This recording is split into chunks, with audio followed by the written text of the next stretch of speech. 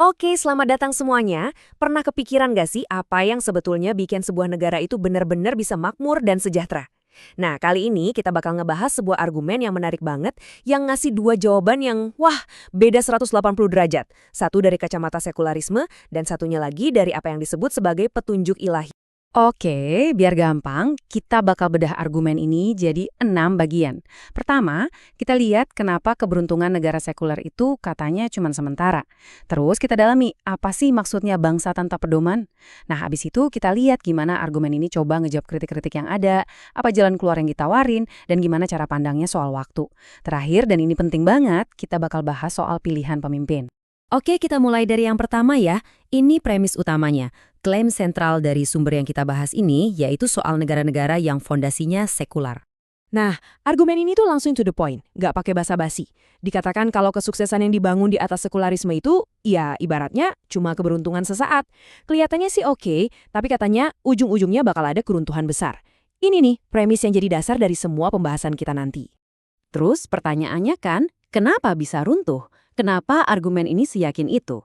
Nah, kita lanjut ke bagian kedua, buat lihat diagnosis masalahnya menurut sumber ini.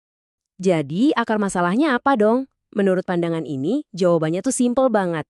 Tanpa pedoman. Maksudnya, tanpa petunjuk ilahi.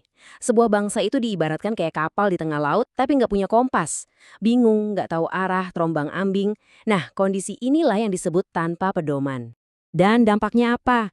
Kalau kompas moral ini nggak ada, katanya nih, semua pilar utama masyarakat bakal goyah.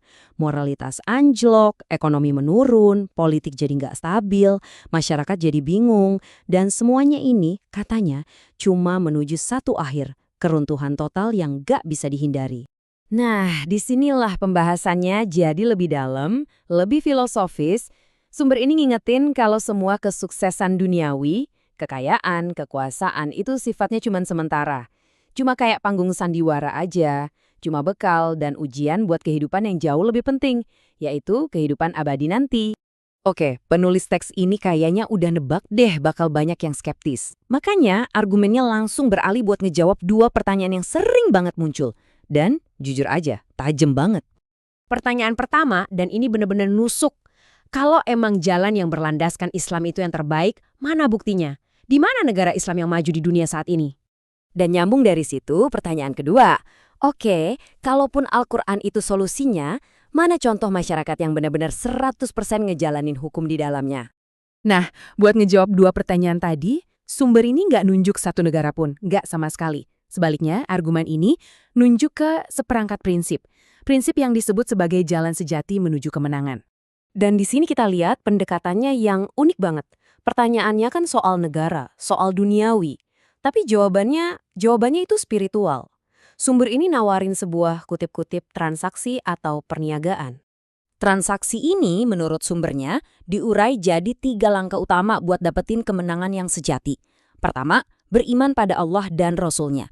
Kedua, berjuang di jalan Allah. Dan ketiga, siap mengorbankan harta dan diri sendiri dalam perjuangan itu.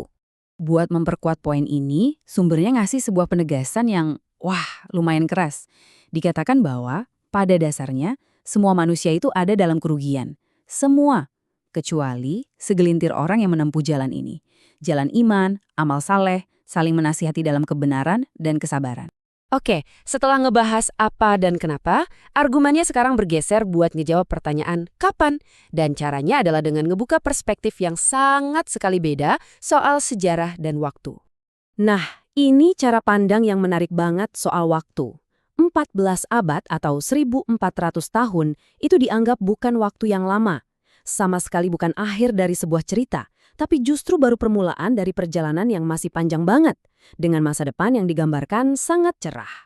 Dan buat ngedukung pandangan jangka panjang ini, sumbernya menyajikan beberapa klaim sejarah. Dikatakan bahwa Al-Quran itu baru berumur 14 abad. Terus ada masa keemasan Islam yang jadi sumber peradaban baru. Nah, pada saat itu, kota-kota di Eropa digambarkan masih kuno dan berlumpur. Dan Eropa, katanya, kemudian meminjam secara oportunistis dari peradaban Islam. Oke, dari semua ide-ide besar dan konsep-konsep filosofis tadi, pada akhirnya argumen ini bermuara pada satu hal yang sangat praktis. Satu keputusan krusial buat komunitas manapun. Dan inilah dia Puncaknya, seluruh kerangka argumen teologis ini ujung-ujungnya cuma satu. Hati-hati banget pas milih pemimpin.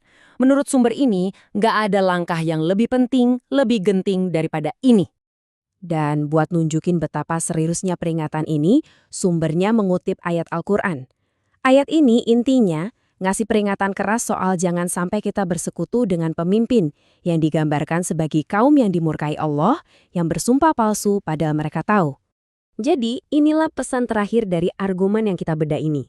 Kesalahan dalam memilih pemimpin itu risikonya bukan cuma soal politik atau ekonomi di dunia.